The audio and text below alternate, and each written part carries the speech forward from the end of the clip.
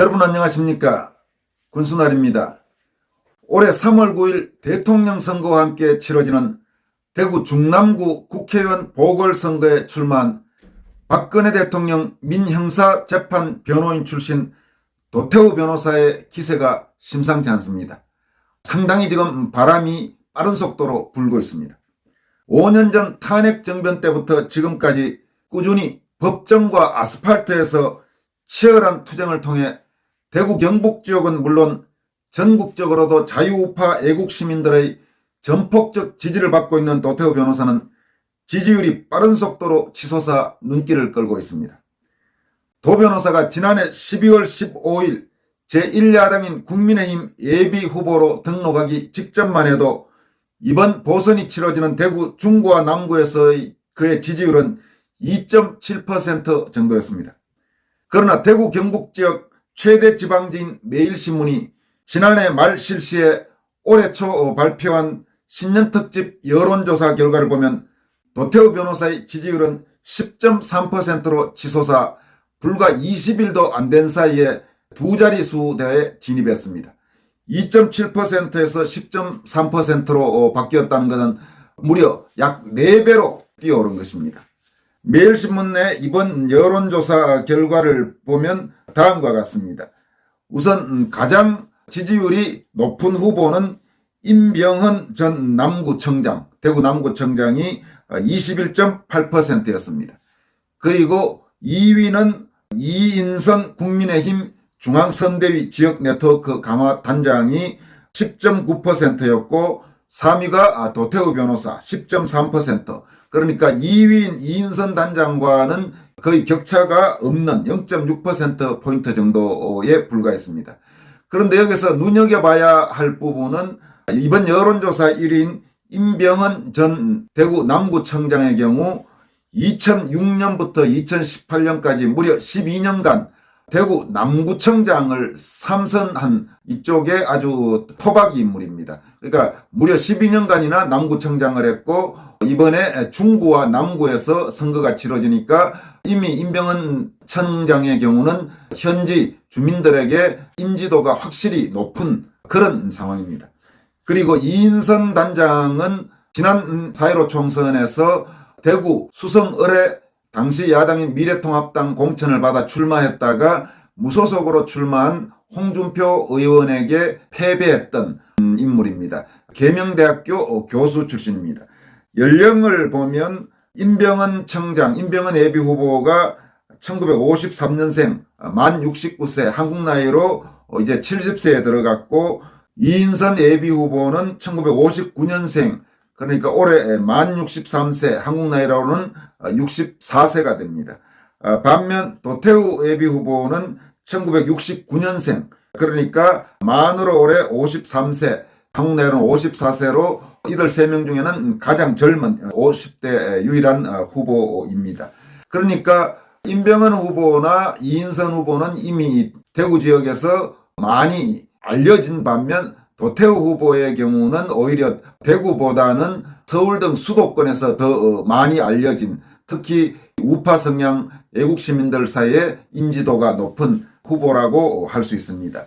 이 세 사람이 3강을 형성하고 있는 가운데 여권에서 보면 그 다음으로는 임형길 홍준표 의원 보좌관이 8.3%, 손영준 국민의힘 대구시당 중남구 청년지회장이 4.0%, 송세달 국민의힘 중앙선대위 국민행복위원회 대구시위원장이 3.7%, 배영식 전 18대 국회의원이 3.4%, 홍준현 대구 중구의회 부의장이 2.1%, 장원용 전 대구 MBC 앵커가 1.5%, 강효상 전 20대 국회의원이 1.3%, 백수범 변호사 1.0% 순으로 나타났습니다. 대구 지역의 경우 아무래도 야당 성향 유권자가 압도적으로 많은 지역입니다. 이번 여론조사에서 여당 성향 후보 중에는 최창희 더불어민주당 중남구 지역위원장이 10.2%의 지지를 받은 걸로 나타났습니다. 따라서 이번 여론조사에서 두 자릿수대 그러니까 10% 이상의 후보는 4명 그중에서 야권 성향 후보는 임병헌, 이인선, 도태우 이렇게 3명, 여권 성향 후보는 최창희 1명 이렇게 나타난 것으로 볼 수 있습니다. 결국 이번 여론조사 결과를 보면 아무래도 임병헌, 이인선, 도태우 이렇게 3강 구도가 형성될 가능성이 높습니다. 특히 추세로 보면 임병헌, 이인선 후보의 경우 예비후보 등록 때와 지지율이 그렇게 큰 차이가 없는 그런 상황인 반면 도태우 후보의 경우는 말씀드린 대로 2.7%에서 20일도 안 된 새 10.3%로 껑충 뛰니까 지금 빠른 속도로 올라가는 추세입니다.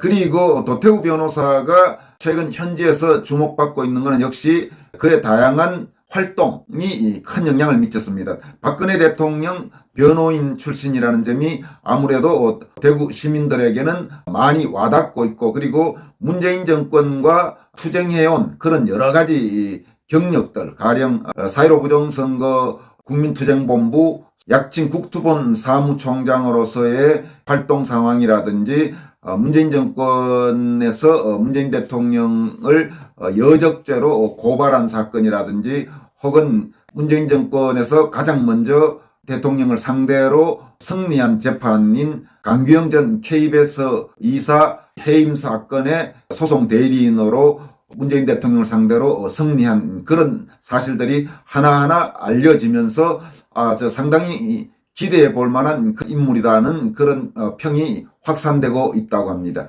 이와 함께 대구의 주요한 상권인 서문시장 고문 변호사도 맡고 있고 현지에서도 여러 가지 활동을 한 점, 그리고 또 최근에는 이른바 방역 강제, 방역 패스를 마구잡이로 실시하는 것에 대한 소송에 지금 변호인단으로 활동하면서 그런 사실도 현지에 알려지고 있습니다. 따라서 계속 지금 인지도와 호감도가 높아지고 있는 상황이라고 합니다. 또 하나 앞으로 주요한 변수는 박근혜 대통령이 사면 복권돼서 현재는 아직 병원에 있습니다만은 대체로 알려진 바로는 2월 정도에 퇴원을 하는 걸로 그렇게 알려져 있습니다. 만약 총선, 대선 전에, 그러니까 3월 9일 전에 박근혜 대통령이 도태우 변호사, 그러니까 박근혜 대통령의 민형사 재판 변호인이었던 도태우 변호사 유세 현장에 한 번이라도 방문을 한다면 아마 도태우 변호사가 국민의힘 공천을 받든 그렇지 않으면 무소속으로 출마하든 관계없이 그 선거는 이미 끝났다고 저는 보고 있습니다. 박근혜 대통령에 대한 대구 시민들의 그 아련한 마음 같은 게 굉장히 강하기 때문에 사면 복권돼서 이제 구치소에서 풀려난 박 대통령이 선거 전 총선이 본격화되면서 만약에 대구를 방문한다면 아마 도태우 변호사를 지원할 가능성이 높다고 봐야 할 겁니다. 다른 예비 후보들과 박근혜 대통령과의 어떤 그런 인연이 얼마나 있는지는 정확히 모르겠습니다만은 도태우 변호사와의 인연만큼 그렇게 강한 인연은 없는 걸로 보입니다. 그렇다면 선거 직전에라도 한 번만 박근혜 대통령이 대구를 방문하면 저는 그 선거는 도태우 변호사 당선으로 끝날이라고 예상하고 있습니다. 아무튼 도태우 변호사의 지지율이 최근 이번 매일신문 여론조사 이후 또 어떻게 변화하고 있는지는 아마 조만간에 또 다른 여론조사 결과가 나오리라고 생각합니다만 한번 지켜보도록 하겠습니다. 다음으로는 동아일보의 박중현 논설위원의 경제 칼럼을 하나 여러분들에게 소개해 드리도록 하겠습니다. 박중현 동아일보 논설위원은 동아일보 경제부장 출신의 언론인입니다. 제가 부장 시절 그리고 차장 시절 같이 함께 일하면서 아주 열심히 일했던, 큰 특종도 많이 하고 했던 아주 유능한 언론인입니다. 현재 동아일보 논설실에서 경제 담당 논설위원 중에서 가장 시니어인 언론인입니다만 최근에 쓴 경제 칼럼이 와닿는 부분이 있어서 여러분들에게 소개해 드리도록 하겠습니다. 이 칼럼의 제목은 성공한 경제 대통령 호소인 이렇게 되어 있습니다. 그러니까 현 정권에서 문재인 대통령을 성공한 경제 대통령이라고 최근 주장을 하고 있는데 대해서 비판하는 그런 칼럼입니다. 이 제목의 성공한 경제 대통령 호소인이라는 것은 박원순 전 서울시장의 소위 성희롱, 성추행 사건이 터졌을 때 당시 여권에서 피해 여성을 성피해 호소인 이런 식으로 말했다가 굉장한 비판을 받은 적이 있는데 거기서 패러디에서 따온 그런 제목으로 보입니다. 내용은 다음과 같습니다. 빨리빨리가 몸에 밴 한국 공무원들이 선진국 중 제일 먼저 통계를 낸다는 걸 간과한 게 화근이었다. 작년 1월 신년사에서 문재인 대통령은 지난해 한국의 성장률은 OECD 경제협력개발기구 회원국 가운데 1위라고 자랑했다. 코로나19 충격이 반영된 2020년 성장률이 마이너스 0.9%로 K방역에 힘입어 다른 나라보다 선방한 점을 강조했던 것이다. 하지만 곧이어 나온 노르웨이 성장률이 예상보다 호전돼 마이너스 0.8%로 한국을 앞섰다. 3.4%나 플러스 성장한 아일랜드도 등장했다. 이어 뉴질랜드 플러스 1%, 호주 마이너스 0.3%, 터키 플러스 1.8%가 줄줄이 한국을 추월했다. 결국 한국은 OECD 38개 회원국 중 리투아니아와 함께 공동 6위로 밀렸다. OECD 회원국이 아닌 중국 플러스 2.2%, 대만 플러스 3.1%가 빠진 순위가 이랬다. 사정을 훤히 알아도 대통령 말실수에 소금을 뿌릴 수 없는 기획재정부는 작년 말 현 정부 4년 반 경제성과를 자평하면서 2020년 성장률을 G20 주요 20개국 중 3위라고 슬쩍 바꿨다. 그런데 이 또한 중국, 터키, 호주에 이은 4위가 진실이다.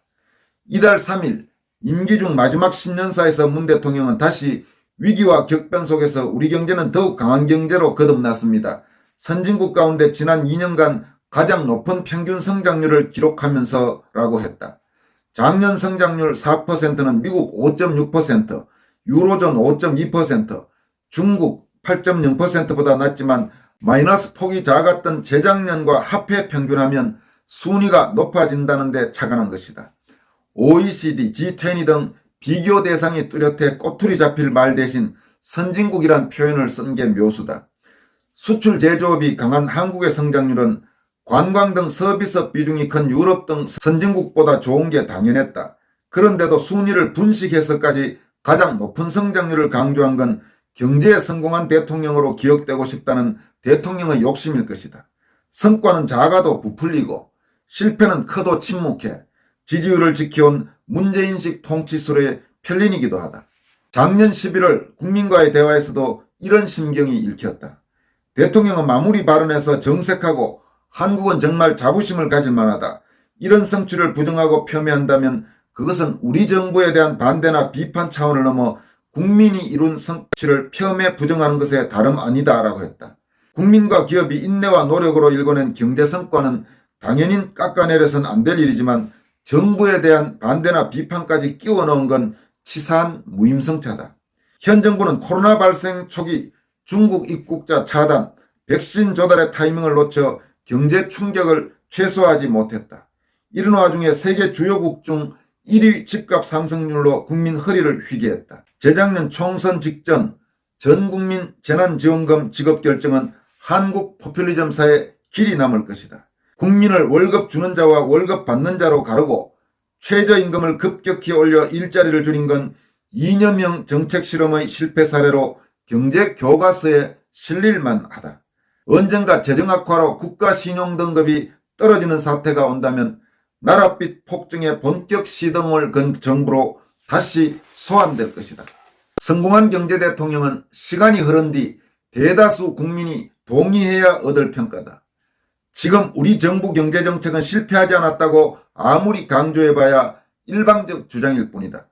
임기 말에야 일자리 창출은 기업의 몫이란 깨달음을 얻었다면 한 번도 참석하지 않은 경제계 신년 인사회에 나가 외롭게 경제를 지켜온 기업들의 감사의 마음이라도 전하는 게 좋았을 것이다. 이상은 동아일보 박중현 논설위원의 경제 칼럼이었습니다.